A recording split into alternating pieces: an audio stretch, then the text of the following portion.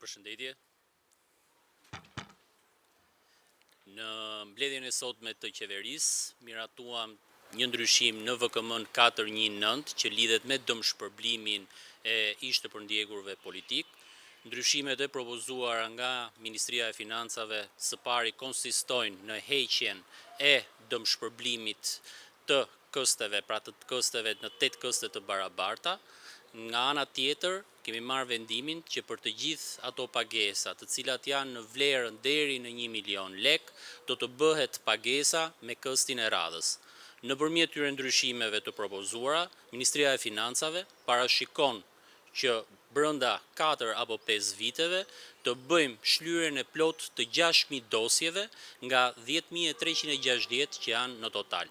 Gjithashtu, këto ndryshime kanë edhe disa avantazhe të tjera. E para lidhet me pjesën e procesimit të pagesave, do të ketë një procesim më të shpejtë të pagesave.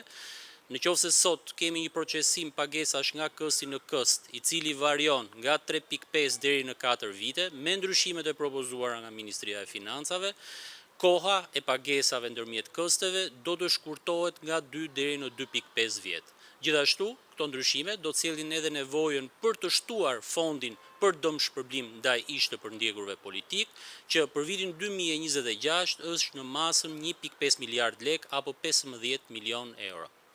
Pra, ndryshimet e propozuara jo vetëm do të rrisin eficiencën e pagesave për ish të përndjekurit politik, por nga ana tjetër do të përmbushim edhe një detyrim moral që kemi ndaj kësaj kategorie si dhe familjarëve të tyre. Ju faleminderit.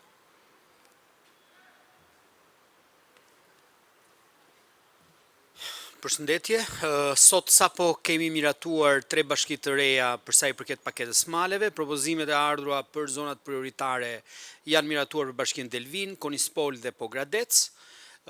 Tashmë numri bashkive ka kaluar pothuajse 2/3 dhe normalisht në pjesën më të madhe të bashkive ka avancuar faza e aplikimit nga qytetarët për sa i përket paketës maleve në kontekstin e zonave prioritare dhe mbi të gjitha në kontekstin e zhvillimit lokal dhe rural.